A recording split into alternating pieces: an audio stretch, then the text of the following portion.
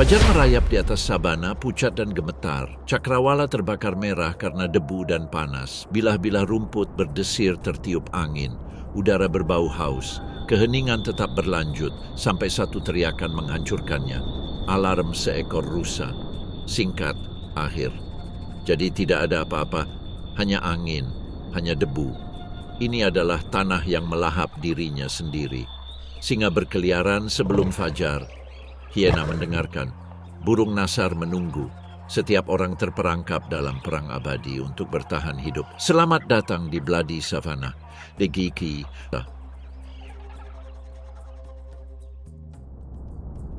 Di sini kita akan menyaksikan perang abadi para predator. Hujan datang terlambat.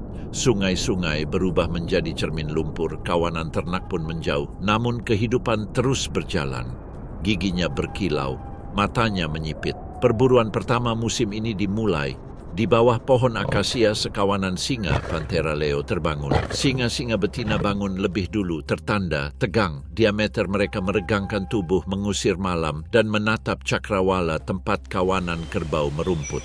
Musim kemarau telah membuat daratan gersang. Sumur airnya adalah sumur lumpur. Udara dipenuhi dahaga. Anak-anak beruang merengek, kurus, dan gelisah. Tulang rusuk mereka terlihat di bawah bulu pucat di perut mereka. Seekor induk membelainya.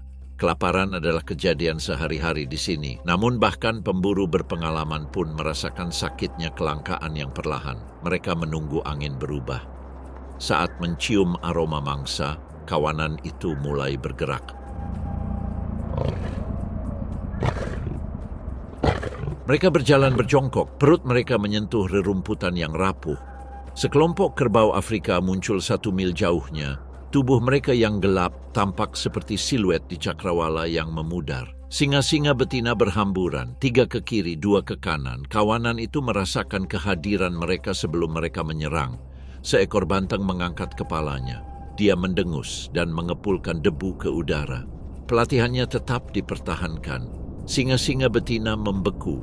Sekali pandang mereka sudah bertunangan. Mereka menyerbu ke depan. Singa betina pemimpin menerkam seekor kerbau muda di ujung kawanan. Ia segera mendekat. Sisanya mengikuti, berputar-putar, memotong jalur pelarian. Namun, kerbau-kerbau itu sudah siap. Si jantan menyerang. Ia berhadapan langsung dengan singa betina. Tanduknya melambai-lambai. Dia melompat, cakarnya menemukan daging, tetapi hanya sesaat. Banteng itu meronta, menyerang dengan kekuatan brutal. Tanduknya mengenai sisi tubuhnya. Jeritan, debu. Ia jatuh. Tubuhnya berputar di udara sebelum jatuh ke tanah. Kawanan itu maju dengan kecepatan penuh. Singa-singa berhamburan. Upaya lain gagal. Debu beterbangan saat kawanan itu menghilang. Singa-singa betina berkumpul kembali, terengah-engah. Satu tertinggal. Tanduk banteng telah menyerempet sisi tubuhnya.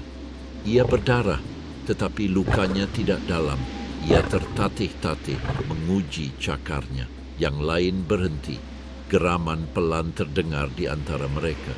Dia terluka, tapi dia belum pingsan.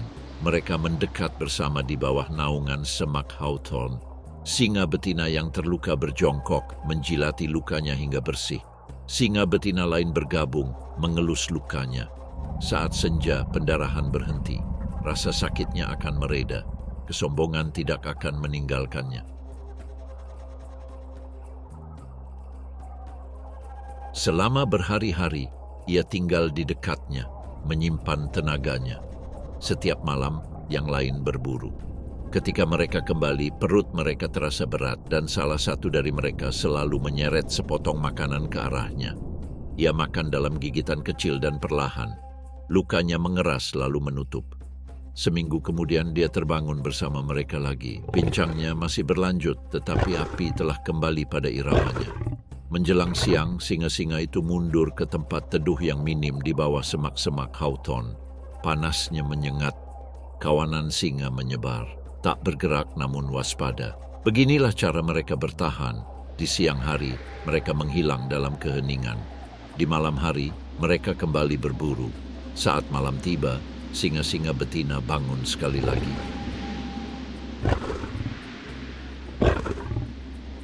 Si jantan mengikuti mereka. Ia tidak berburu, tidak sering. Kekuatannya terletak pada kehadiran dalam mempertahankan wilayah dan garis keturunan.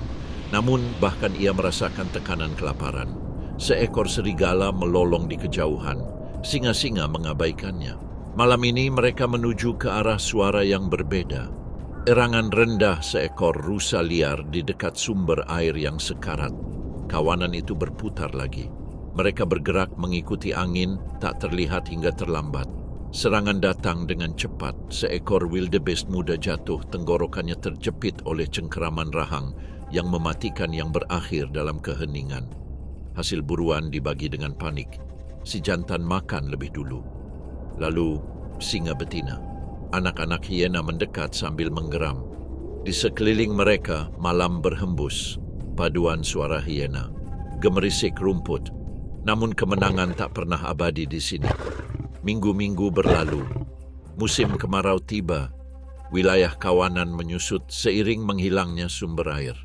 Seekor singa jantan muncul dari timur. Lebih muda, lebih kuat. Ia meraung melintasi dataran. Suaranya menggema bagai guntur. Raja tua itu menanggapi. Konfrontasi tak terelakkan. Fajar pun tiba. Kedua jantan itu bertemu di dekat tepi kawanan. Debu berhamburan di bawah mereka saat mereka bertabrakan. Cakar-cakar menggores daging. Raungan mengguncang udara. Raja tua itu berjuang melawan amarah kenangan, tetapi kekuatannya melemah. Surai singa yang lebih muda lebih gelap, otot-ototnya tak lagi menanggung luka kekalahan. Dalam hitungan menit, Raja tua itu jatuh, remuk di bawah beban masa mudanya. Raungan terakhir memudar menjadi keheningan. Pemenangnya berdiri di atasnya. Sabana menerima penguasa barunya. Raja tua itu tertatih-tatih melewati rerumputan, berdarah dan terlupakan. Dia tidak akan bertahan minggu ini. Ayam Cikto kerumunan singa mengawasi dari kejauhan. Singa-singa betina tunduk pada pejantan baru. Anak-anak singa yang terlalu muda dan rentan menjadi korban pertama. Penguasa baru itu dengan cepat membunuh mereka. Singa-singa betina menanggungnya. Dengan membunuh anak-anak singa, pejantan baru itu membuat mereka kembali berahi. Dengan cara ini Anda memastikan bahwa garis keturunan Anda sendiri menggantikan yang lama. Dalam beberapa bulan, anak anjing baru akan lahir. Lalu datanglah hujan. Rumput menghijau hampir dalam semalam. Serangga-serangga berterbangan bagai kabut. Kehidupan kembali ke daratan. Dengan kembalinya mangsa, nasib kawanan singa berubah. Singa-singa betina kembali berburu dengan sukses. Zebra, babi hutan, dan antelop.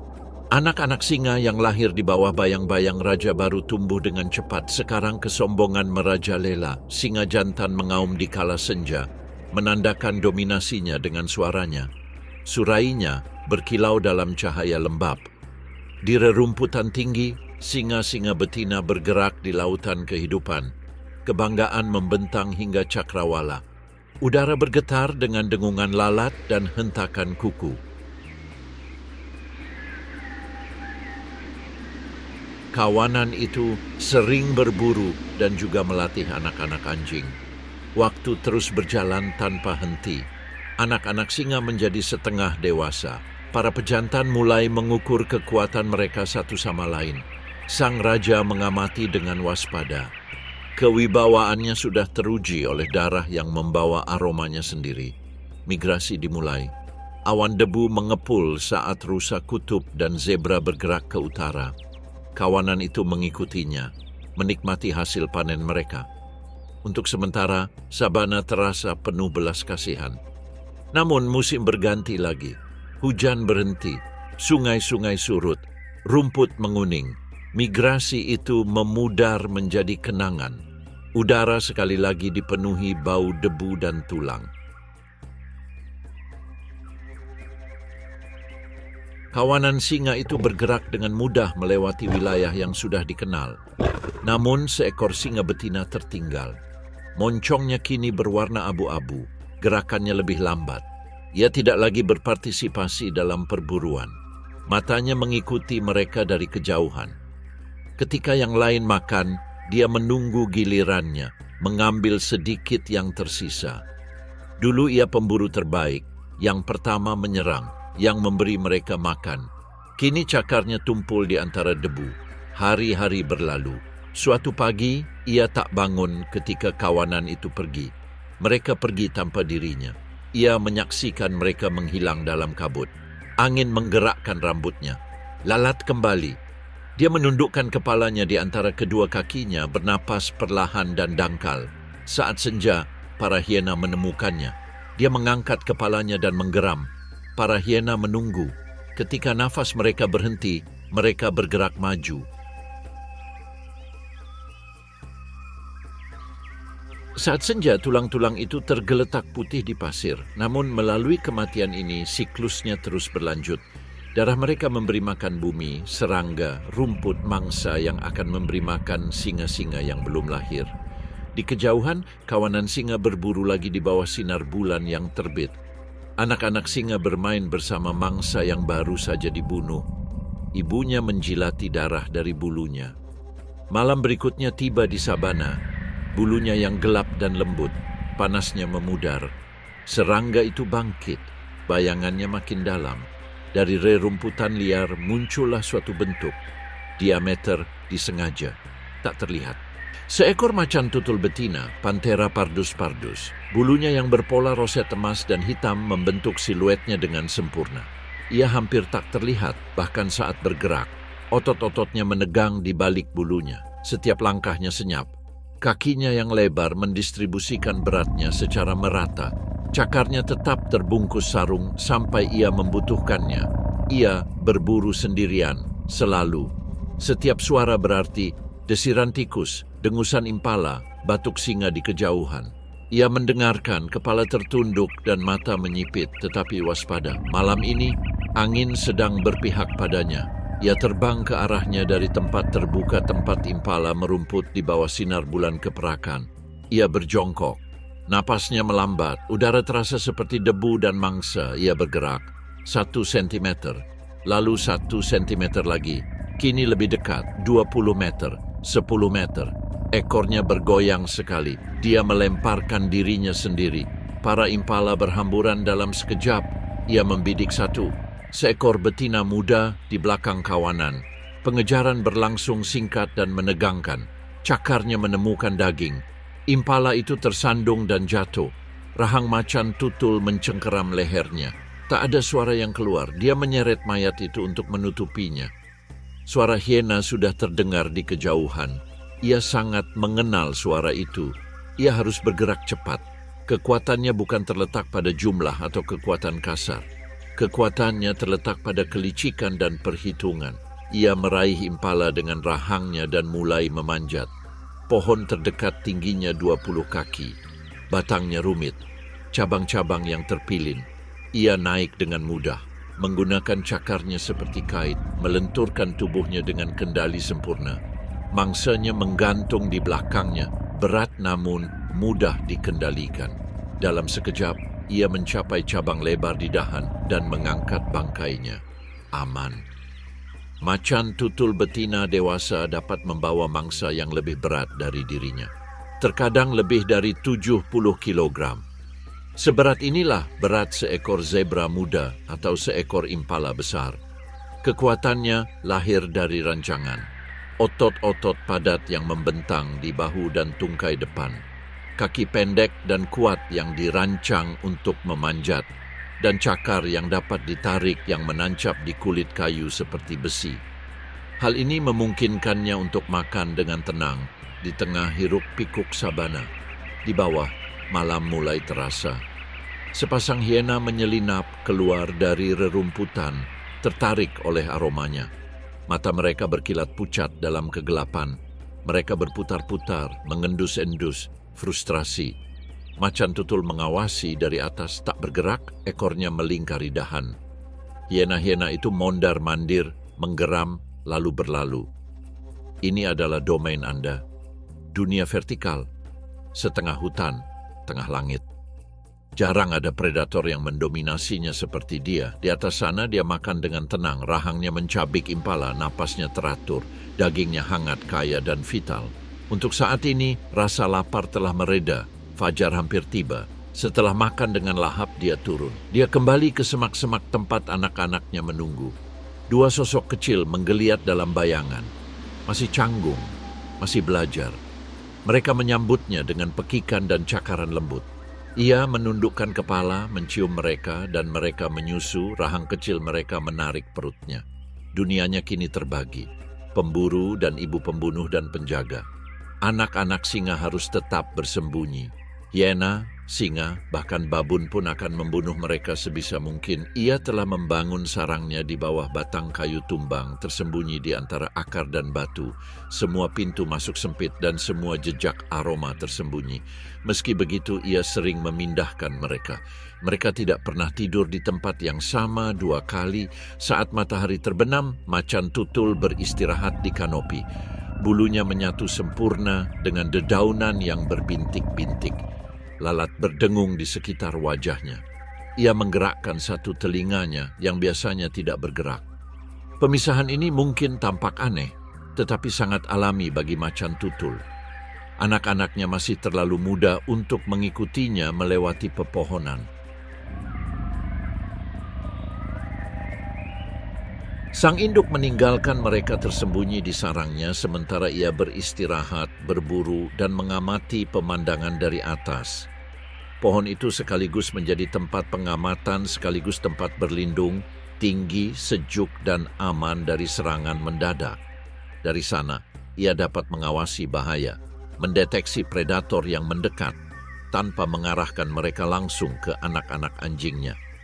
Ia tidak beristirahat di samping mereka karena jika tetap di sana akan menarik perhatian.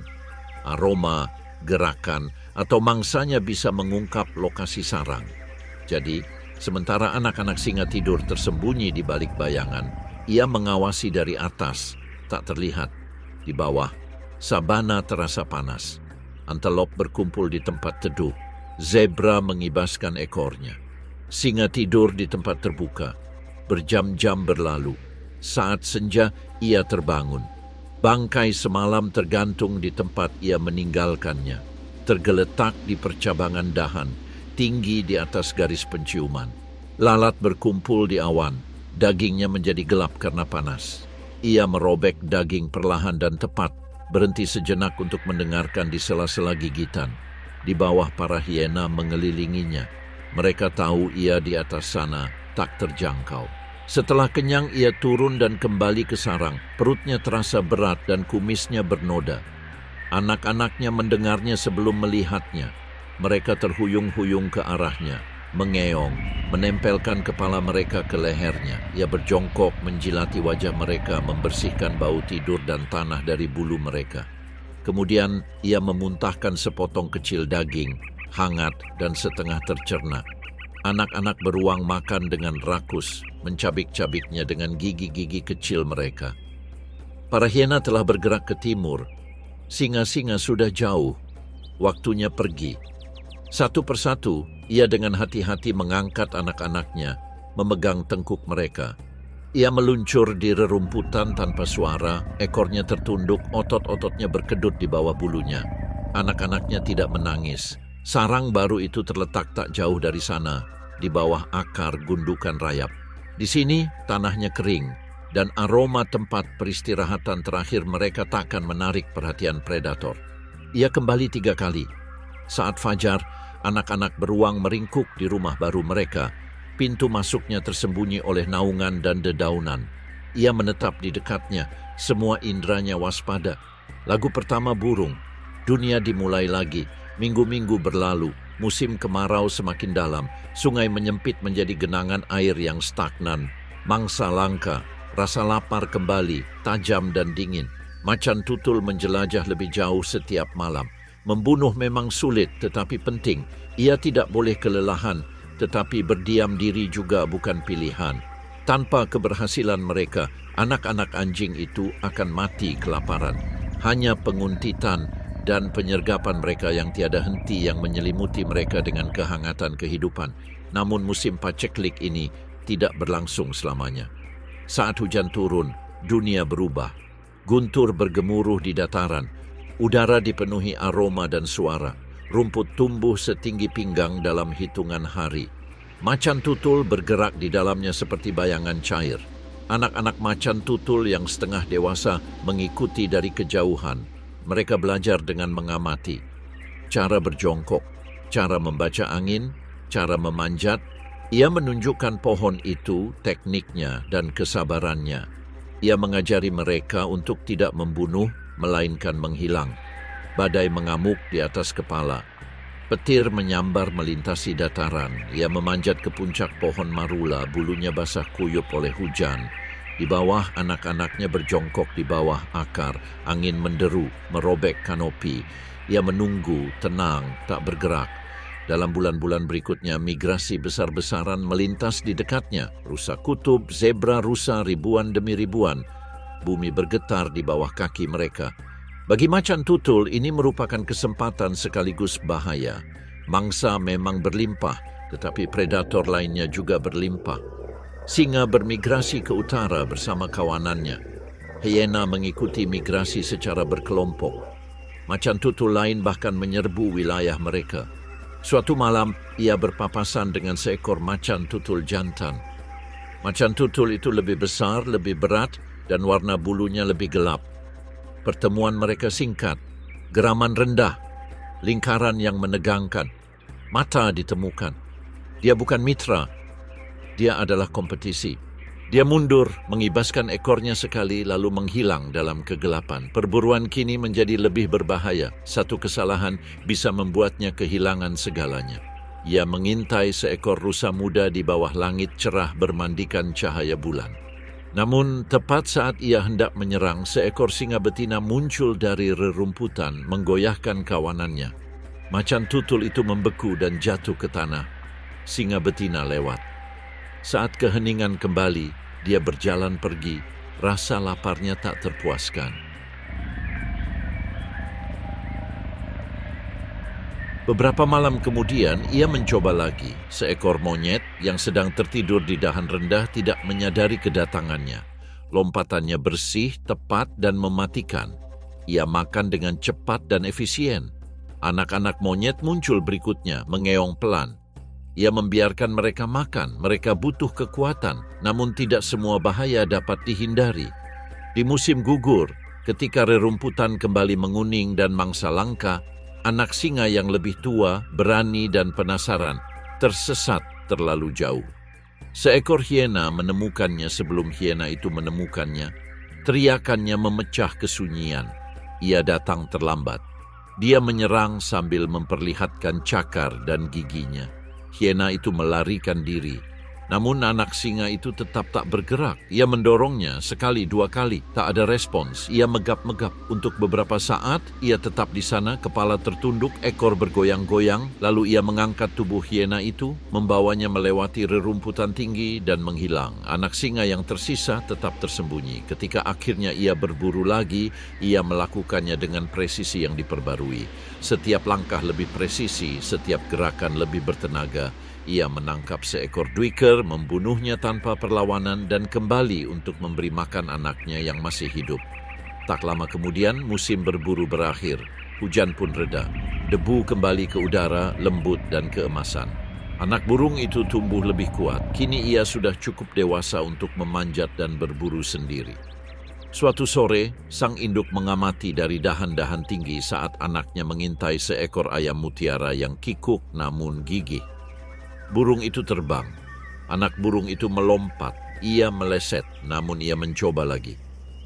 Serangan kedua, kali ini berhasil. Sang ibu berkedip perlahan. Kebanggaan tersembunyi di balik keheningan. Tak lama lagi mereka akan berpisah. Anak beruang akan mengklaim sepetak hutannya sendiri. Induknya akan tetap seperti sebelumnya, predator penyendiri yang suka menyergap. Saat malam tiba, ia memanjat ke dahan favoritnya dan tetap di sana mengamati tanah. Cakrawala bersinar dengan cahaya terakhir hari itu. Di bawah, sabana penuh dengan kehidupan, hyena, singa, Serigala, dia menutup matanya, angin menggerakkan bulunya, di sekelilingnya dahan-dahan berderit pelan, besok dia akan berburu lagi. Sementara itu fajar baru merayap di atas sabana, pucat, dingin, kabut menempel di rumput, udara dipenuhi bau samar darah dan debu. Inilah bau akibat tak terelakkan dari semua kehidupan, kematian. Realitanya sangat familiar di bagian gurun yang liar ini. Di bawah pohon berduri, bayangan bergerak, mata bersinar dalam kegelapan, lalu muncullah suara.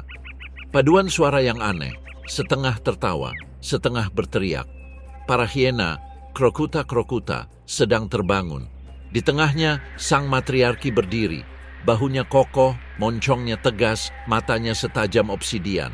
Ia meregangkan tubuh, mengibaskan embun dari bulunya, lalu berdiri. Di sekelilingnya klannya bergerak dalam hierarki yang saksama. Bawahannya berjongkok dan menyambutnya dengan jilatan patuh pada moncongnya. Kekuasaannya mutlak. Ia mengingat segalanya. Tempat para singa berburu, masa migrasi. Aroma kelemahan. Dunia klan diatur oleh strategi. Setiap pagi, para pengintai berpencar ke segala arah. Hidung mereka membaca angin seperti peta. Mereka mencium bau bangkai sebelum burung nasar melihatnya. Mereka mendengar singa sebelum singa mendengar mereka. Sang matriarki mendengarkan setiap kedatangan penjelajah. Di sebelah barat, sekawanan kerbau bergerak, beberapa di antaranya terluka. Di sebelah timur, sekawanan singa sedang melahap mangsanya. Kesempatan, bahaya. Mereka bergerak saat senja. Klan membentuk barisan yang longgar. 15 orang dewasa, setengah lusin remaja, diam, kecuali sesekali tawa tertahan, suara percaya diri yang tersamar sebagai kegilaan. Langkahnya canggung namun tanpa henti, dirancang untuk jarak jauh. Bahunya lebih tinggi dari pinggul, dirancang untuk menahan beban, untuk menghancurkan, untuk bertahan. Mereka menemukan singa-singa itu sesaat setelah matahari terbenam. Seekor zebra yang setengah dimakan tergeletak di debu. 3 singa betina menjaganya, perut mereka membuncit, dan wajah mereka berlumuran darah. Sang induk mengawasi dari atas bukit, bau busuk menusuk hidungnya. Ia menunggu. Para hiena tak menyia-nyiakan tenaga mereka untuk menyerang kawanan. Mereka menunggu retakan. Singa-singa betina mulai gelisah. Yang satu berjalan menjauh ke semak-semak, yang lainnya berbaring sambil terengah-engah. Sang matriark memberi isyarat. Geraman pelan yang nyaris tak terdengar. Klan itu maju sambil berlari.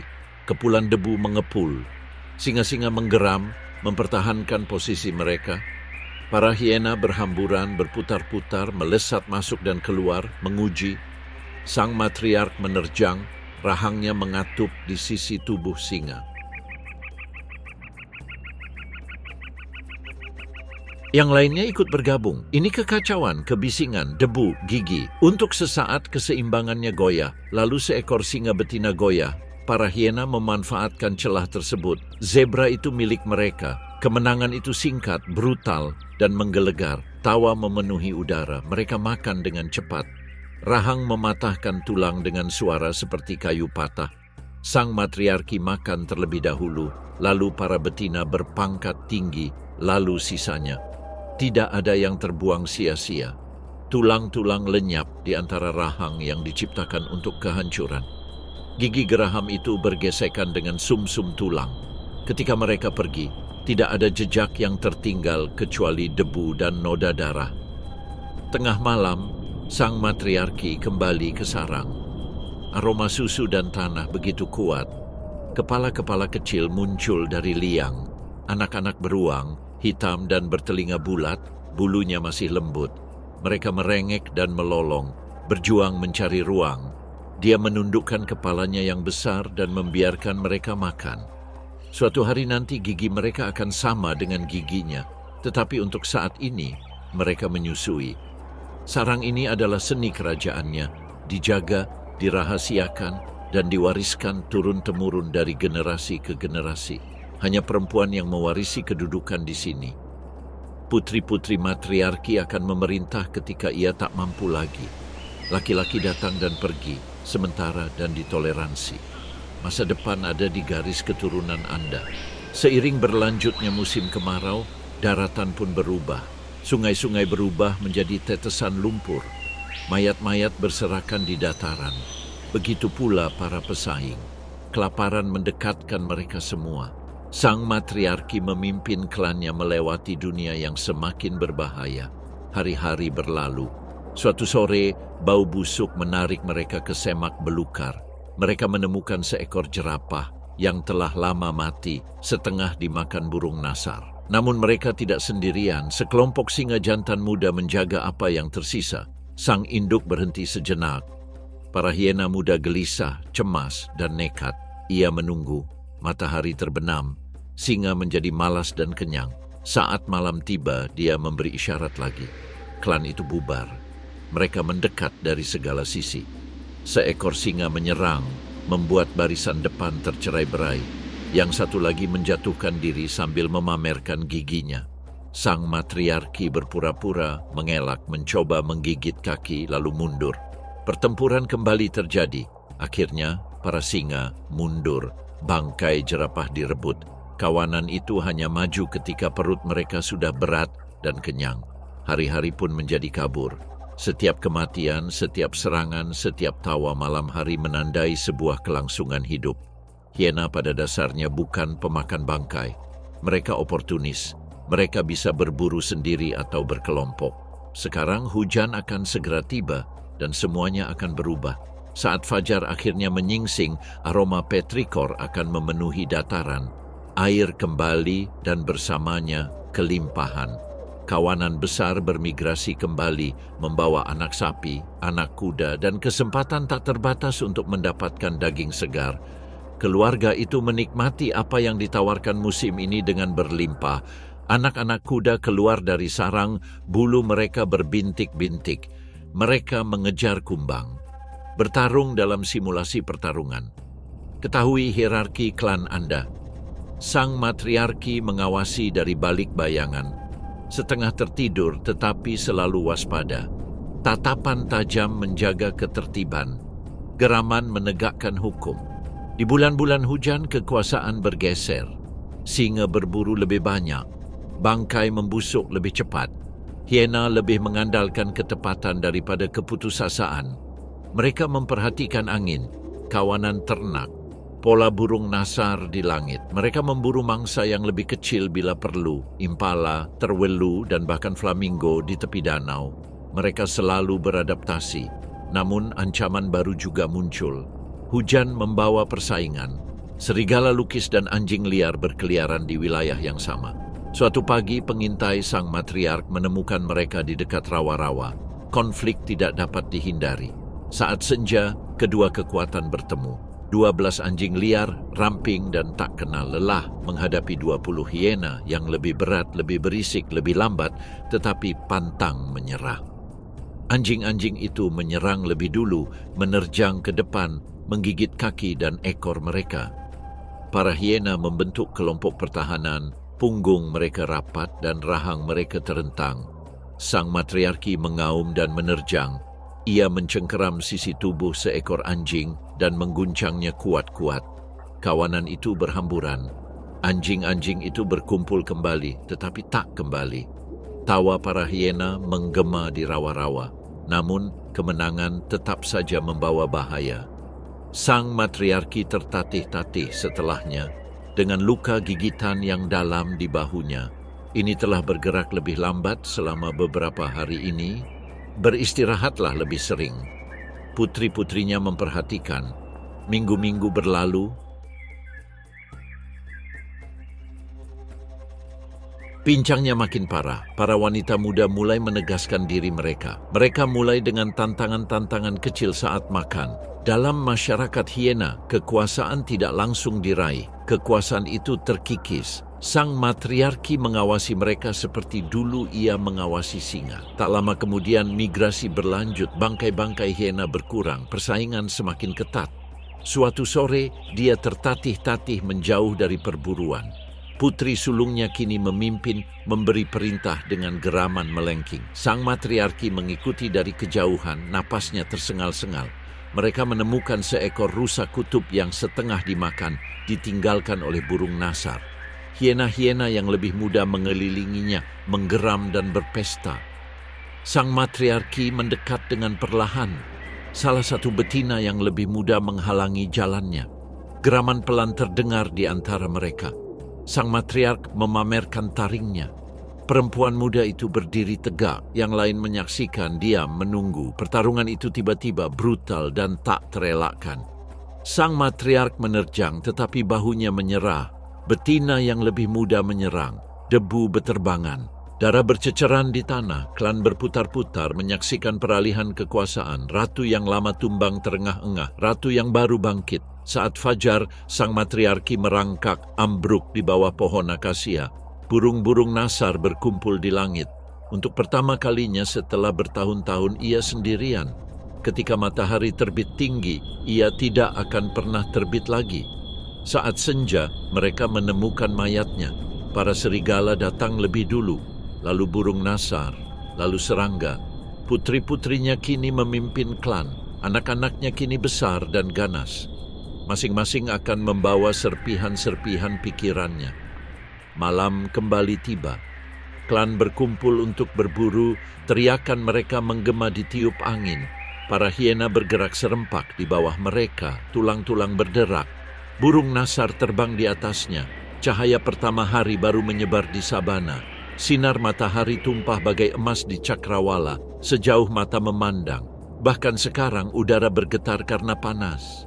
Melalui rumput tinggi yang berdesir, sesosok tubuh bergerak, rapi, ramping, hampir spektral. Seekor ceetah, Achinonyx jubatus, induknya. Bulunya berkilau keemasan pucat. Matanya berbingkai garis-garis hitam yang menembus cahaya dan menajamkan dunia. Ia mengangkat kepalanya dan mengamati dataran. Anak-anaknya bersembunyi di belakangnya. 5 tubuh kecil, masih berbulu karena muda. Mereka berguling-guling di tempat teduh, mengusir serangga. Ia memperhatikan mereka lalu kembali menatap cakrawala. Tulang rusuknya samar-samar terlihat di balik kulitnya. Sudah 2 hari sejak perburuan terakhirnya, rasa lapar berdengung di balik bulunya. Angin berubah arah, ia membeku, ia mengangkat kepalanya rusa. Sekawanan kecil 200 meter ke arah timur, ia menggali lebih dalam ke rerumputan, menegangkan otot-ototnya. Anak-anak beruang secara naluriah berjongkok, diam, sabana menjadi sunyi. Hanya dengungan samar lalat atau bisikan lembut angin yang memecah kesunyian. Ia bergerak. Ekornya terseret seperti kemudi hidup. Kawanan beruang merumput, kepala tertunduk, tak sadarkan diri. 50 meter, 30, 20, napasnya melambat. Lalu sebuah jentikan telinga di antara kawanan, sebuah kepala terangkat. Dia terlihat. Dia meledak dari rerumputan. Percepatan. Instan. Debu dan sinar matahari menyelinap melewatinya. Kakinya nyaris tak menyentuh tanah. Dia bergerak dengan kecepatan 100 km per jam dalam hitungan detik. Dunia menjadi kabur. Sasarannya, seekor rusa muda berbelok ke kiri. Ia berputar bersamanya, menyeimbangkan diri dengan ekornya seperti giroskop. Rusa itu berjalan zigzag putus asa. Ceetah itu mengikutinya, nyaris melayang. Namun, udara memanas. Setiap langkahnya menguras oksigen. Pandangannya menyempit. 20 detik. Inilah batas daya tahannya. Ia melompat. Benturan, kilatan debu dan suara. Gazel itu jatuh meronta-ronta. Ceetah mencengkeram tenggorokannya, menahannya hingga getarannya mereda. Keheningan kembali. Dia terbaring di sana sambil terengah-engah, sisi tubuhnya terangkat. Pengejaran itu telah menelannya sepenuhnya. Ia masih tak bisa bergerak. Setiap detak jantungnya adalah risiko. Singa-singa itu bisa mencium bau darah. Hiena-hiena itu mungkin ada di dekatnya. Begitu ia mengatur napas, ia menyeret bangkai itu ke dalam bayangan. Anak-anaknya muncul, mata mereka terbuka. Mereka makan dengan cepat, merobek potongan-potongan kecil, mempelajari rasa bertahan hidup. Sang induk makan terakhir. Lidahnya menggores tulang, tatapannya tak pernah lepas. Tubuhnya diciptakan untuk terbang, bukan bertarung. Tulangnya ringan, tungkainya panjang, paru-parunya besar. Sebuah mesin untuk akselerasi, bukan daya tahan. Cakarnya tak sepenuhnya bisa ditarik. Cakarnya mencengkeram tanah seperti staples. Bahkan tulang punggungnya pun lentur seperti cambuk. Menyimpan energi dan melepaskannya pada setiap langkah. Namun semua adaptasi harus dibayar mahal. Ia tak mampu melawan singa-singa itu. Ia tak mampu mempertahankan posisinya. Ia menang dengan menghilang. Saat matahari terbit, panasnya semakin terasa. Anak-anak singa itu ambruk di tempat teduh terengah-engah. Ia berbaring di dekatnya, setengah terjaga, telinganya berkedut mendengar setiap suara. Tetapi istirahat pun bersifat sementara. Bau bangkai tercium jauh dan luas, dan dia mengetahuinya. Saat senja, burung nasar mulai terbang di atas kepala. Mereka mengusir anak-anaknya, hanya menyisakan rumput remuk dan bercak darah. Malam adalah milik hiena, singa, dan macan tutul. Dan begitulah hari-hari berlalu. Musim kemarau semakin panjang, sumur air menyusut, mangsa pun menyebar. Sekarang dia terpaksa berburu di siang hari. Bulunya menjadi gelap karena debu. Anak-anak anjingnya menjadi lebih berani. Namun bahayanya bertambah seiring bertambahnya usia mereka. Suatu pagi Cetah melihat sekelompok kecil impala, mangsa yang sempurna. Namun medan terbuka tak menawarkan perlindungan. Ia tetap berjongkok, otot-ototnya menegang. Ia harus mencoba. Ia berlari. Impala-impala itu berhamburan. Ia menutup jarak, tatapannya tertuju pada salah satunya. Namun suhu meningkat dengan cepat. Paru-parunya terasa terbakar. Cakarnya menendang pasir. 20 detik, 30, langkahnya goyah. Impala melarikan diri ke semak berduri. Dia pingsan, dadanya sesak. Perburuan yang gagal berarti hari kelaparan lagi. Ia tetap diam, menunggu denyut nadinya melambat. Anak-anak beruang menemukannya dan berdesakan di dekatnya, bingung.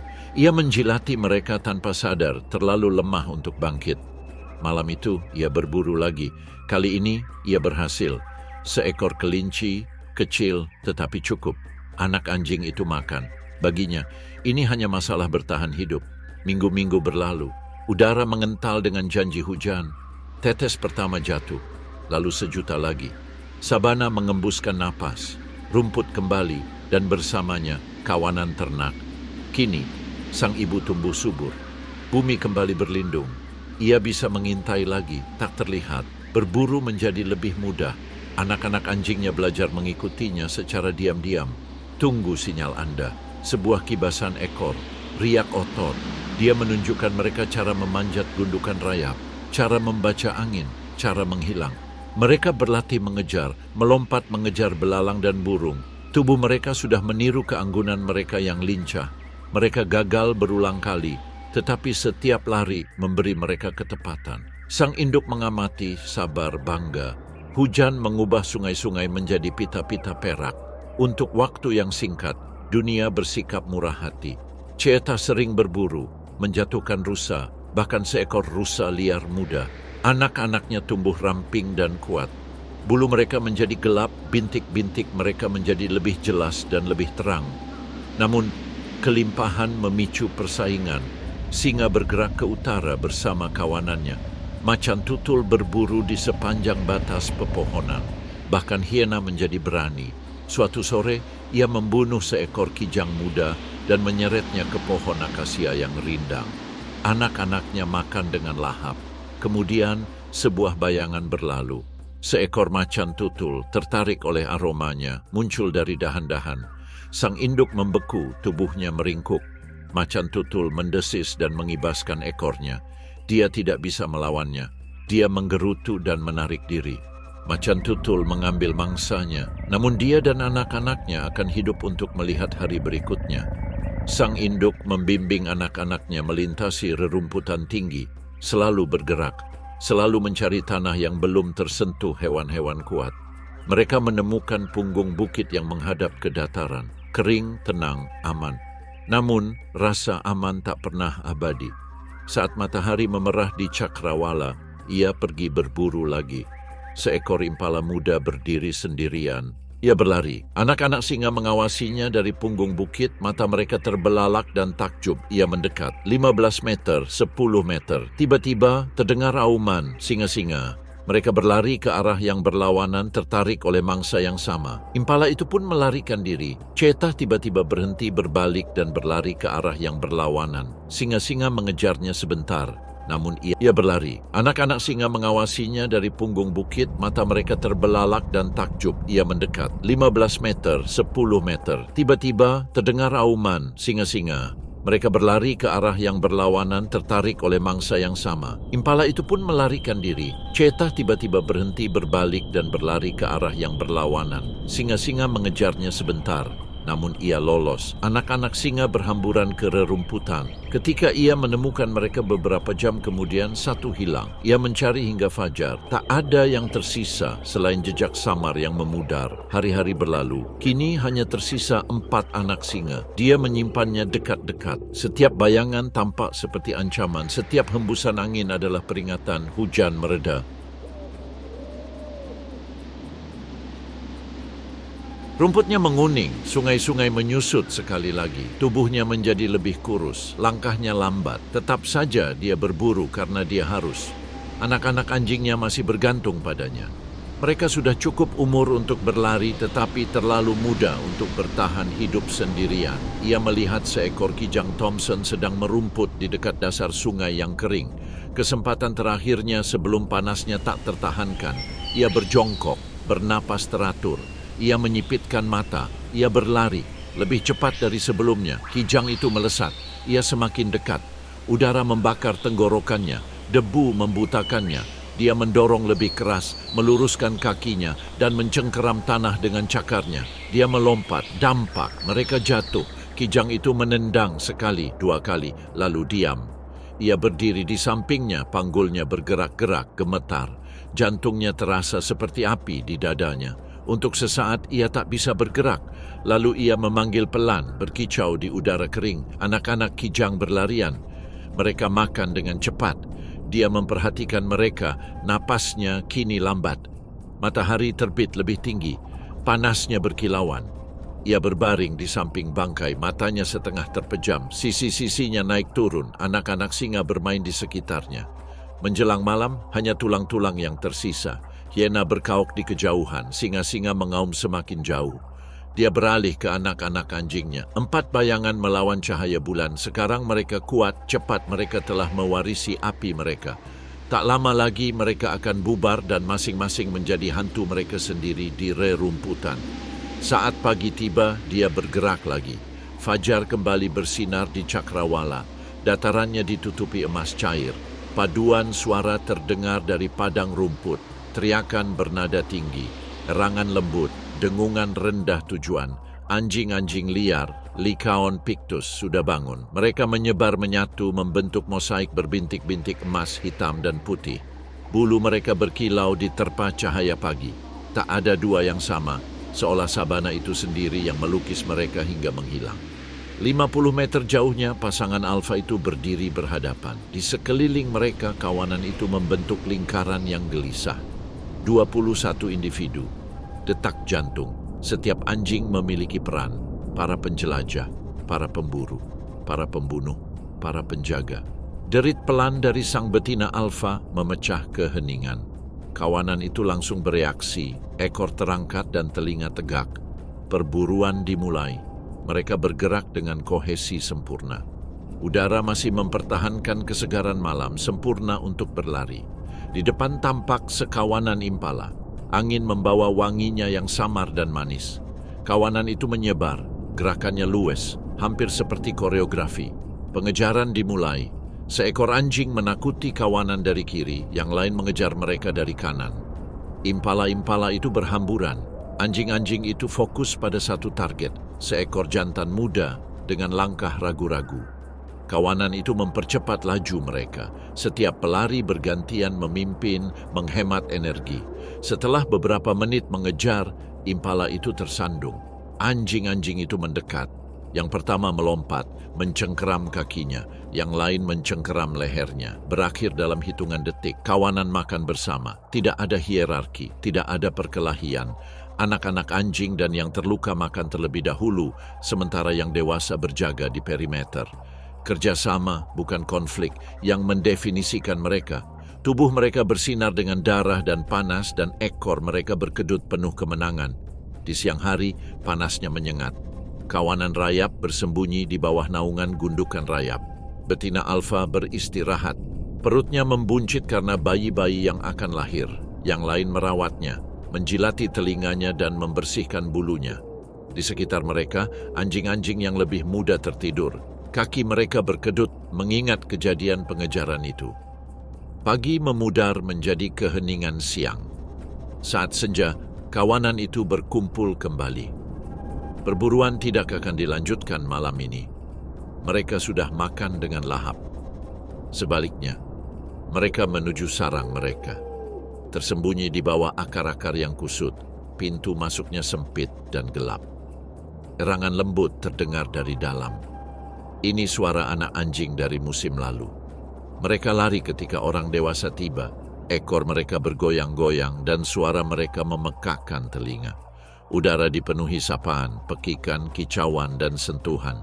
Di dalam seekor anak singa pincang, kakinya patah, sudah sembuh, tetapi kondisinya parah. Ia tidak bisa berburu atau berlari, namun ia tetap hidup dan yang lainnya memberinya makan setiap hari. Ketika kawanan itu makan, salah satu anggotanya selalu membawa makanan kembali. Hari-hari berlalu, musim kemarau semakin panas. Sumber air menyusut, rumput menjadi rapuh. Bagi singa dan macan tutul, rasa lapar memicu agresi. Bagi anjing, rasa lapar memberi mereka fokus. Stamina adalah keunggulan mereka. Di saat yang lain lelah, mereka terus bertahan. Saat senja, perburuan lain dimulai. Kawanan itu bergerak rendah dalam debu. Di depan ada sekawanan rusa kutub terlalu besar, terlalu kuat. Namun kawanan itu tidak menyerang membabi buta. Mereka mengisolasi diri, memisahkan diri dan berhitung. Seekor anjing muda menyerbu ke depan, menggonggong tajam dan cepat. Kawanan itu bergerak, bingung. Seekor anjing lain menyerbu dari sisi yang berlawanan. Awan debu mengepul, lalu kekacauan. Seekor anak sapi lolos, kawanan itu maju dengan kecepatan penuh, tubuh-tubuh ramping meliuk-liuk di antara debu dan kuku kuda. Anak sapi itu tersandung. Perburuan berakhir. Namun, suaranya terdengar jauh di udara kering. Para hiena mendekat. Tawa mereka memecah keremangan senja. Anjing-anjing mengangkat kepala, telinga mereka berkedut. Jantan alfa menggonggong sekali. Kawanan itu bergerak cepat, merampas apapun yang bisa dirampas. Para hiena segera tiba. Jumlah mereka lebih banyak daripada anjing. Atasi mereka, sang matriarki menggerutu. Kawanan itu berdiri kokoh. Mereka menyerbu maju, menyambar, terkoordinasi dan tepat sasaran. Para hiena ragu-ragu. Mereka bukan mangsa yang mudah. Namun jumlah mereka menunjukkan banyak hal. Anjing-anjing itu mundur. Para hiena makan dengan berisik, mencabik-cabik apa yang tersisa. Kembali ke hutan yang aman, mereka berkumpul kembali. Besok mereka akan berburu lagi. Beberapa minggu kemudian, hujan datang. Guntur membuka langit. Dataran berubah hijau dalam hitungan hari. Alirannya terisi. Bau kehidupan kembali. Lumpur, serangga, bayi baru lahir. Bagi kawanan itu, ini adalah musim yang berlimpah. Di sarang, sang betina alfa melahirkan. Tubuh-tubuh kecil, buta dan merah muda menggeliat di perutnya. Kawanan berkumpul di pintu masuk, mendengarkan, mengamati. Selama berminggu-minggu ia tak mau pergi. Yang lain membawakannya makanan setiap hari, memuntahkan daging ke dalam mulutnya yang menunggu. Dia memberi makan anak-anak anjingnya dan kawanan itu memberinya makan. Ketika anak-anaknya akhirnya muncul, dunia menyambut mereka dengan cahaya dan gerakan. Mereka berkedip, berjalan terhuyung-huyung dan memekik. Para dewasa mengelilingi mereka, membelai lembut dengan moncong mereka, ekor mereka terangkat dan bergoyang-goyang. Hujan membawa kelimpahan, tetapi juga risiko. Kebanggaan yang berkembang menarik singa ke utara, dan bersamanya datanglah masalah. Anjing-anjing tersebut menghindari konflik langsung. Mereka kini hidup nomaden, sering suara tawa semakin keras. Konfrontasi berlangsung singkat dan brutal. Para hiena turun, anjing-anjing berhamburan. Ini strategi. Separuh dari mereka menangkis para penyerang, menggigit dan berkelit. Sisanya melindungi anak-anak hiena, membentuk lingkaran gigi dan tekad. Pertarungan berakhir tanpa korban. Para hiena mundur karena frustrasi. Anjing-anjing itu berkumpul kembali, menjilati luka satu sama lain, mencari anjing yang tersesat. Tidak satu pun yang hilang. Saat musim berakhir, hujan mereda dan udara kembali terasa berat. Rumput kembali keemasan, sungai-sungai surut. Namun kini, ancaman lain muncul. Tak terlihat, tak berbau. Sebuah penyakit, bermula dari salah satu anak kuda. Batuk, lemah, tak mampu bertahan. Dalam beberapa hari, yang lain akan mengikuti. Energinya memudar, mata kusam. Perburuan mulai terhenti. Kawanan itu melambat. Suatu pagi, anak singa yang pincang, yang dulu diberi makan dengan hati-hati, terbaring tak bergerak di luar sarang. Kawanan itu mengerumuninya dalam diam. Sebuah sentuhan lembut, rengekan, lalu mereka pergi. Minggu-minggu semakin pendek, jumlah mereka semakin sedikit. Dulu 21, kini 14. Betina alfa kurus kering dan sisi-sisinya cekung, namun dia masih memimpin. Ketika dia memanggil, yang lain menjawab. Suara mereka meninggi serempak. Suatu malam, mereka pergi berburu lagi. Ujian akhir. Matahari mulai terbenam di balik cakrawala. Udara terasa sejuk dan segar. Seekor rusa terlihat sendirian. Sang jantan alfa memulai pengejaran. Yang lain mengikuti dengan langkah sempurna, gerakan yang luwes. Sesaat, suasana terasa seperti masa lalu. Rusa itu jatuh. Kawanan itu makan. Untuk sementara ada kedamaian. Lalu perlahan-lahan sang jantan alfa berbaring kembali. Napasnya menjadi sesak. Kawanan ternak tetap di sisinya hingga malam menelan dataran. Beberapa hari kemudian para penyintas melanjutkan perjalanan. Betina alfa kini tak lagi memimpin, tetapi langkahnya tetap stabil. Anak-anak yang lebih kuat berlari di depan. Bumi telah merebut kembali yang lemah. Saat fajar, kawanan itu berlari lagi. Ritmenya kembali. Mereka berburu, mereka berbagi, mereka bertahan. Bermil-mil jauhnya, Sungai Mara tampak tenang saat fajar. Kabut bergerak rendah di atas air. Ia melingkari buluh bagaikan asap. Di bawah permukaan cermin itu, sesuatu yang kuno menanti. Sebuah gelombang, hampir tak terlihat. Getaran kecil di lumpur. Buaya Nil, Crocodylus niloticus, telah berdiam diri selama berjam-jam. Ia tidak perlu berdiam diri. Matanya yang sipit muncul ke permukaan, tak bergerak, tak berkedip. Mereka melihat segalanya. Seekor bangau terbang rendah di atas arus. Suara percikan ikan yang samar memecah kesunyian. Buaya merekam segalanya, tidak hanya dengan penglihatan. Setiap serpihan kulit adalah sensor yang disetel untuk bergetar. Bahkan gangguan sekecil apapun menceritakan sebuah kisah. Ia mendengarkan dengan tubuhnya. Ia menunggu dengan pikirannya. Untuk saat ini sungai hanya menghasilkan sedikit. Ini musim kemarau. Air telah surut ke dalam aliran yang sempit dan lambat. Ia berkelok-kelok melewati tanah yang retak. Ikan-ikannya sedikit. Kuda Nil gelisah. Udara penuh dengan debu dan kebusukan. Dunia buaya semakin mengecil. Namun ini bukanlah hal baru. Ia telah menyaksikan 40 musim kemarau. Ia telah menyaksikan sungai-sungai menghilang dan kembali. Ia telah menyaksikan generasi-generasi antelop minum dan menghilang. Baju zirahnya menanggung luka-luka puluhan tahun. Ia terus menerjang lebih dalam ke perairan dangkal, menenggelamkan segalanya kecuali mata dan lubang hidungnya. Menit demi menit berlalu. Jam. Matahari terbit memanggang lumpur hingga retak. Detak jantungnya melambat, hanya 2 detak per menit. Ia terjerumus ke dalam semacam kematian tanpa tidur. Inilah kelesuan jeda yang hidup. Panas meningkat, serangga berdengung, dan buaya itu menjadi bagian dari bumi itu sendiri. Saat air surut, ikan-ikan yang lebih kecil pindah ke kolam.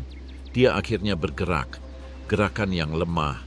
Gelombang yang menyebar keluar, lalu otot dan giginya kabur, serangannya mendadak. Ia mengatupkan rahangnya, mengangkat seekor ikan nila yang menggeliat dari air dangkal. Tak ada perlawanan. Rahangnya meremukkan tulang dan daging, satu tegukan dan lenyap. Lalu lagi-lagi hening, pencernaannya lambat, metabolismenya hemat, setiap ons energi dijatah. Saat makanan langka, ia menyimpan panas dengan berbaring di lumpur di tempat teduh. Lubang hidungnya tertutup rapat dan tubuhnya setengah terkubur. Bagi mata yang tak terlatih, ia mungkin tampak mati. Namun, di balik kerak tanah liat itu, reptil purba ini siap menyerang jika diganggu. Sementara itu, musim kemarau terus berlanjut. Sungai itu telah menjadi rangkaian kolam-kolam yang terisolasi. Buaya bergerak di antara kolam-kolam itu, menyeret tubuhnya yang besar menembus debu. Perutnya menggores tanah, ekornya menyembul keluar. Ia berbagi kolam-kolam yang terus menyusut itu dengan spesiesnya yang lain. Beberapa masih muda, yang lainnya tua dan penuh luka seperti dia. Terjadi konfrontasi diam-diam, geraman rendah, kilatan gigi. Namun mereka jarang bertarung sampai mati. Lalu suatu hari, langit berubah.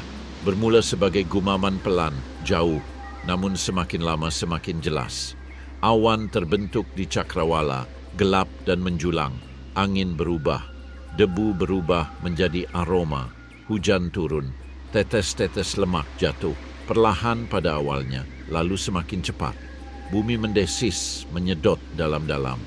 Dalam hitungan jam, sungai yang kering meluap. Air menderu dari dataran tinggi, berwarna coklat karena lumpur dan buih. Kolam-kolam itu menyatu dan menjadi aliran air yang deras. Buaya yang pernah tertutup tanah liat muncul kembali ke permukaan. Sungai itu hidup kembali. Beberapa hari kemudian, sungai dipenuhi ikan yang terbawa arus ke hulu. Lele, ikan barbel, dan ikan nila. Kemudian suatu pagi dataran itu sendiri mulai bergerak. Migrasi telah tiba. Ribuan rusa kutub dan zebra mendekati penyeberangan. Sungai menunggu, bengkak, berlumpur, menyesatkan. Di tepi pantai, buaya itu mengapung. Pandangannya tertuju ke sisi lain. Yang lain mengikutinya. Kuku pertama menyentuh air. Kawanan itu ragu-ragu, mendengus, dan berkerumun bersama. Kemudian, sebagai satu kesatuan, mereka bergerak maju dengan kecepatan penuh. Buaya itu bergerak. Tubuhnya muncul dari kedalaman. Ledakan air, rahang terbuka, tulang bertemu tulang. Ia menempel di sisi tubuh seekor rusa liar, meliuk-liuk dengan ganas. Arus sungai berubah menjadi merah. Buaya lain bergabung, lalu buaya lainnya lagi. Kekacauan itu menjadi ritual. Setiap tahun perjalanan ini berulang. Ia menyeret tubuh rusa liar itu ke bawah, menambatkannya di bawah batang kayu yang terendam. Menggigit, memelintir, merobek. Putaran kematian dimulai dengan otot dan momentum yang mencabik daging dari tulang. Air terisi lumpur dan keheningan. Saat makan, ia tidak langsung melahapnya. Sungai itu sendiri membantunya. Ia mengganjal bangkai di bawah bebatuan, membiarkan arus melunakkannya selama berhari-hari. Busuknya menjadi lunak. Pencernaan dimulai sebelum menelan. Di sekelilingnya, buaya-buaya lain juga sedang makan. Belasan buaya berbagi mangsa. Perkelahian itu berlangsung singkat. Hari-hari berikutnya sungai kembali jernih. Ikan-ikan kembali memakan sisa makanan. Buaya itu beristirahat lagi. Perutnya kenyang. Burung-burung kecil seperti burung plover melompat ke punggungnya menangkap parasit. Dia menoleransi mereka. Bulan demi bulan berlalu, hujan pun berkurang.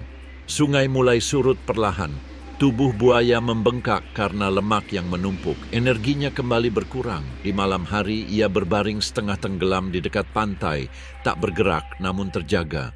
Bulan bersinar di matanya. Tubuh Anda beristirahat, tetapi indera Anda tidak pernah benar-benar tidur. Seekor antelop muda mendekati pantai. Buaya itu menunggu, tak terlihat.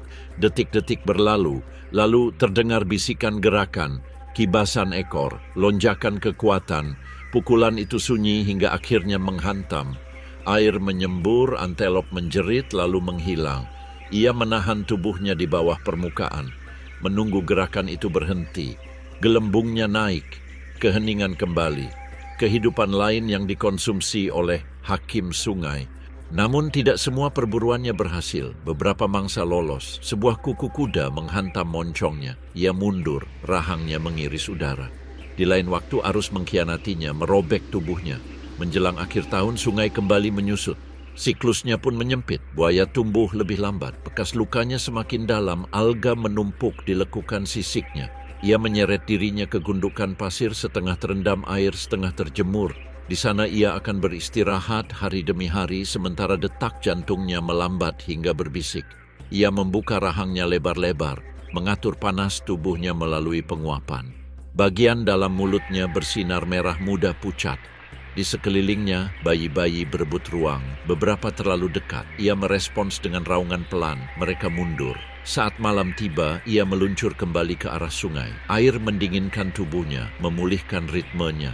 Kelelawar-kelelawar berterbangan di udara. Katak-katak memulai nyanyian malam mereka. Buaya itu tenggelam di bawah segalanya. Tahun lainnya akan segera berakhir. Hujan akan kembali. Kawanan itu akan kembali.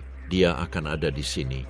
Fajar lain menyingsing tanpa suara di sabana. Udara segar, rumputnya penuh dengan embun. Kicauan pertama burung enggang bergema di antara pepohonan akasia. Dua bentuk bergerak dalam kegelapan. Rendah, cepat. Diameter ini sepasang serigala punggung hitam, Lupulela mesomelas. Bersama-sama mereka muncul saat serigala lain sedang beristirahat. Mencari makan di bawah bayang-bayang pemburu yang jauh lebih kuat. Seekor singa buruan sudah dekat. Burung nasar berkerumun di dahan-dahan. Hiena berpatroli di perbatasan. Para serigala juga sedang menunggu. Si betina memiringkan kepala, mengamati.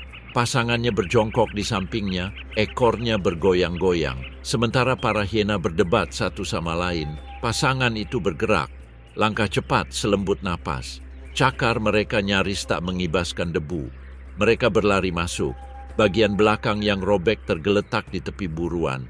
Si jantan menyambar sepotong daging dan menghilang sebelum hiena berbalik. Si betina menyusul, menyambar sepotong lagi. 2 detik kemudian, mereka menghilang, meluncur di rerumputan, mangsanya terkepal di rahang mereka. Seruan kemarahan meledak di belakang mereka, namun mereka kembali menjadi bayangan. Mereka makan di bawah pohon hawthorn yang rendah, cepat, dan senyap. Begitulah cara mereka hidup. Mereka berpasangan seumur hidup, mitra dalam segala hal. Bersama-sama mereka berburu, mengais rezeki, dan membesarkan anak-anak mereka. Saat matahari terbit, kehangatan menenangkan dunia. Para serigala mundur ke tempat teduh. Perut si betina membuncit. Ia akan segera melahirkan. Si jantan merapikan telinganya lalu berjaga-jaga, matanya mengamati rerumputan untuk mencari gerakan, bahaya mengintai. Senja membawa angin dan gerakan. Para serigala bangkit kembali, suara mereka meninggi berduet. Misterius, merdu, tegas, panggilan mereka bergema dan dijawab dengan lemah oleh pasangan lain di kejauhan. Musim kemarau semakin cepat. Sumber air berubah menjadi cekungan berlumpur. Udara dipenuhi lalat, makanan langka. Serigala beradaptasi. Mereka mengikuti kawanan, mencari serangga pemakan bangkai yang terinjak kuku mereka, menggali larva kumbang dan menyambar belalang. Tidak ada yang terlalu kecil, tidak ada yang perlu dicatat. Suatu sore, si jantan mencium bau busuk. Ia menuntun pasangannya melewati semak belukar menuju sisa-sisa bangkai babi hutan. Bangkai itu hampir seperti tulang, dilahap burung nasar. Namun, ada sumsum di dalamnya. Ia menggerogoti dengan hati-hati. Si betina mengawasi. Sebuah bayangan melintas di atas kepala. Seekor elang coklat terbang rendah. Para serigala membeku. Burung itu menukik ke bawah sekali, hanya untuk menguji. Kemudian lagi, turunkan lagi. Si betina menggonggong, suaranya pendek dan kasar. Ia berdiri kokoh, elang ragu, bentangkan sayapmu, dia pensiun. Sekarang mereka bisa makan sendiri tanpa ragu-ragu. Malam harinya pasangan itu terlalu dekat dengan seekor singa betina dan anak-anaknya. Singa jantan itu menegakkan telinganya. Ia membeku, terlambat. Singa betina itu muncul dari balik bayangan. Otot-ototnya menegang, rahangnya terbuka. Para serigala berhamburan. Debu dan cahaya bulan berpencar. Singa betina itu menerjang tetapi nyaris meleset. Si jantan memutar tubuhnya dengan tajam, menyeberangi sepetak semak berduri. Singa betina berhenti dan menggeram. Para serigala menghilang di malam hari, terengah-engah dan menggigil. Beberapa minggu kemudian dalam keheningan rapuh di penghujung musim kemarau, sang betina melahirkan.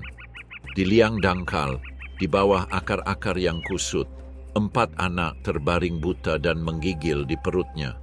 Liang itu berbau susu, tanah, dan rahasia. Selama berhari-hari, ia tak muncul. Laki-laki membawa makanan, dia menjatuhkannya pelan-pelan ke ambang pintu. Dia berjaga sementara dia menyusui mereka. Di luar, dunia terus berjalan. Hiena mengais-ngais, burung nasar terbang berputar-putar, singa mengaum. Di dalamnya hanya ada kehangatan dan detak jantung. Ketika hujan akhirnya turun, mereka melakukannya dengan dahsyat. Badai pertama memecah panas dengan guntur yang menggelegar bak drum. Air membanjiri bumi, mengisi celah-celah, dan menyegarkan aroma hijau. Rayap berhamburan keluar dari sarangnya, dan serigala melahap habis semua makanan mereka. Katak muncul dalam jumlah yang tak terhitung jumlahnya. Untuk pertama kalinya dalam beberapa bulan, makanan ada di mana-mana. Anak-anaknya tumbuh dengan cepat. Dalam beberapa minggu, mereka membuka mata dan terhuyung-huyung ke arah sinar matahari. Bulu mereka berkilau keemasan dan hitam, seperti cermin kecil dari induk mereka. Sang betina memperhatikan mereka mengejar kumbang di rerumputan basah. Untuk sesaat, kehidupan terasa berlimpah, nyaris lembut. Namun di sini kebaikan tidak bertahan lama. Seekor elang perang mendeteksi adanya pergerakan di bawah. Kilatan tubuh munggil yang terekspos. Ia mencondongkan tubuh ke depan, diam, dan tiba-tiba sang betina menggonggong keras, menukik turun dari semak belukar. Elang itu berbelok, menyerempet bahunya dengan cakarnya. Ia melolong, tetapi tetap berdiri tegak. Sang raptor berbalik dan menghilang di balik awan. Anak-anak anjing itu menekan kakinya sambil gemetar. Dia menjilati kepala mereka, menstabilkan mereka. Saat migrasi dimulai, anak-anak sapi telah disapi, lincah, dan belajar berburu bersama induknya. Wildebeest dan zebra memenuhi cakrawala. Serigala mengikuti jejak mereka, tak terlihat tetapi ada di mana-mana. Setiap penyeberangan, setiap penyerbuan, setiap singa yang mereka bunuh adalah sebuah kesempatan.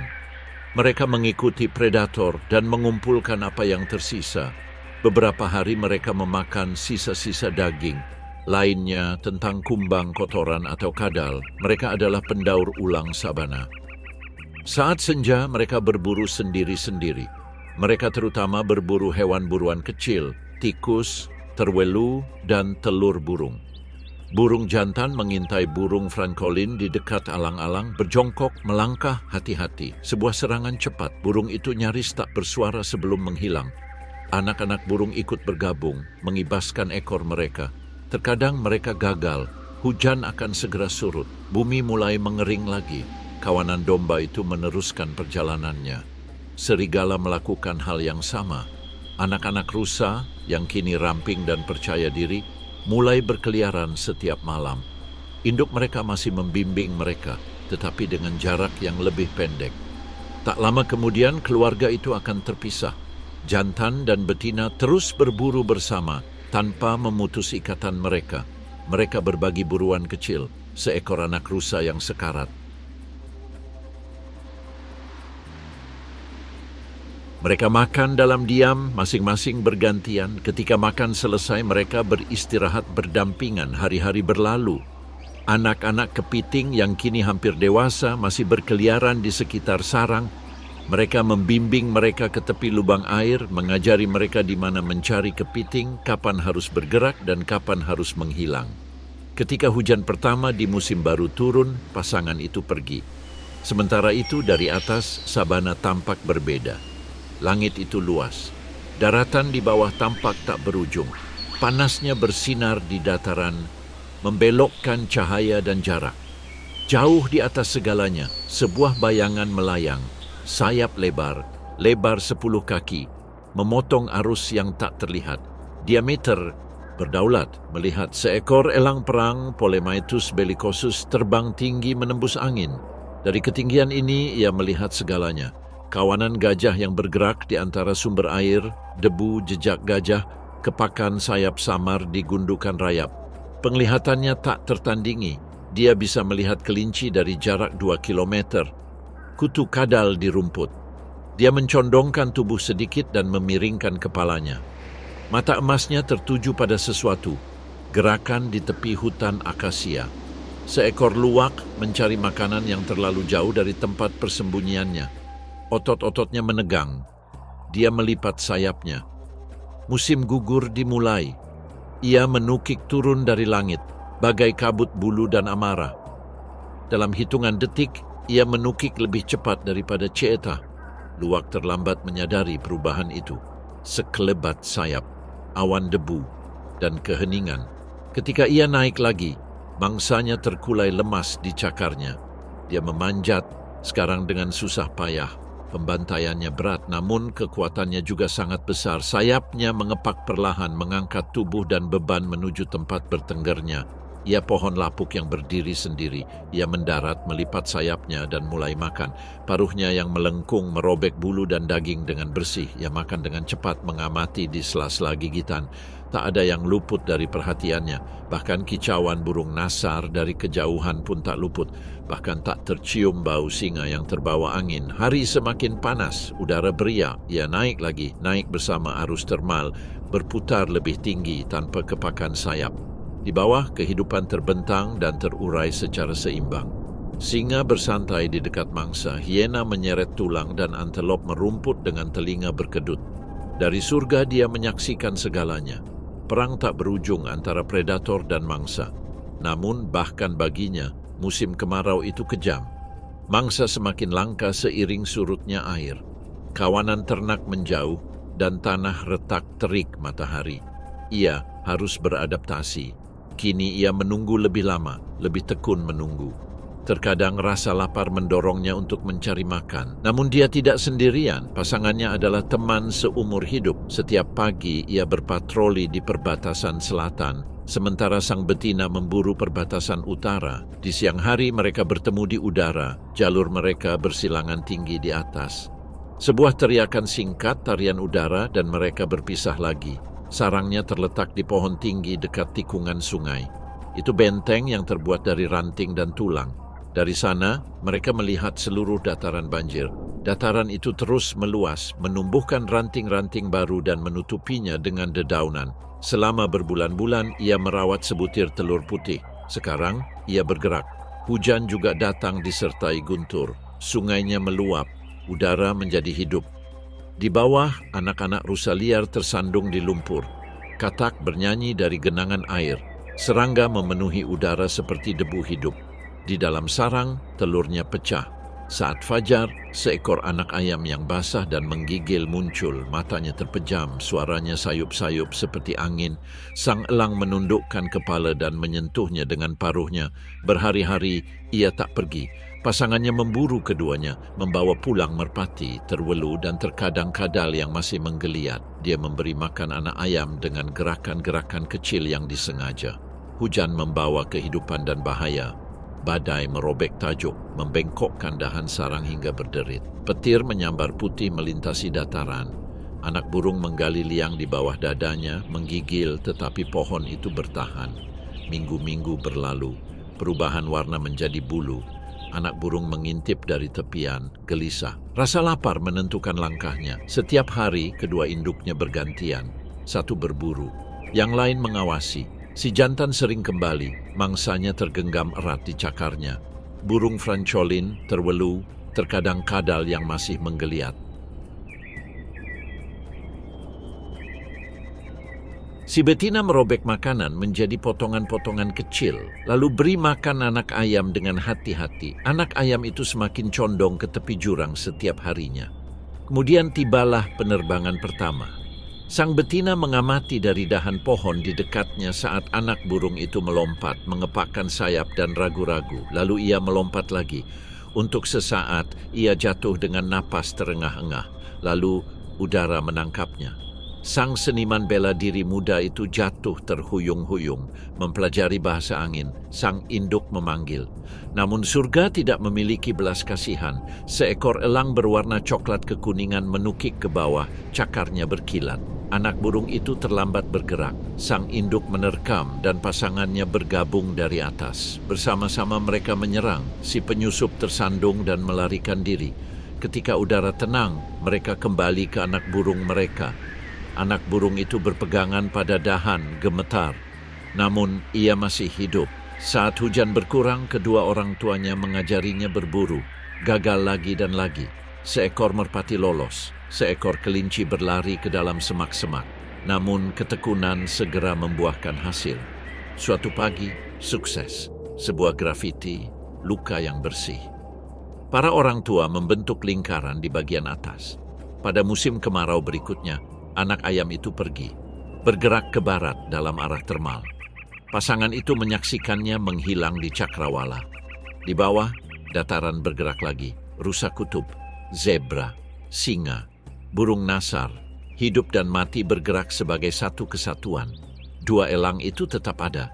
Mereka berburu ketika mereka harus dan beristirahat ketika mereka bisa. Sementara itu, kehidupan juga bergantung pada tanah di sabana ini. Di bawah kulit bumi yang retak akibat sinar matahari, sebuah bayangan bergerak. Ia meluncur di antara akar dan batu, diameter kuno, sisik-sisik itu berbisik melawan debu, kilauannya yang sedikit mengkhianati ukurannya. 5 meter, ini ular piton batu Afrika, Python sebae. Saat fajar, ia muncul dari gundukan rayap yang berlubang. Ia belum makan selama berminggu-minggu. Lidahnya bergerak-gerak dan menangkap jejak aroma yang tak terlihat. Ia tidak melihat mangsanya. Ia merasakannya. Bisikan samar di depan.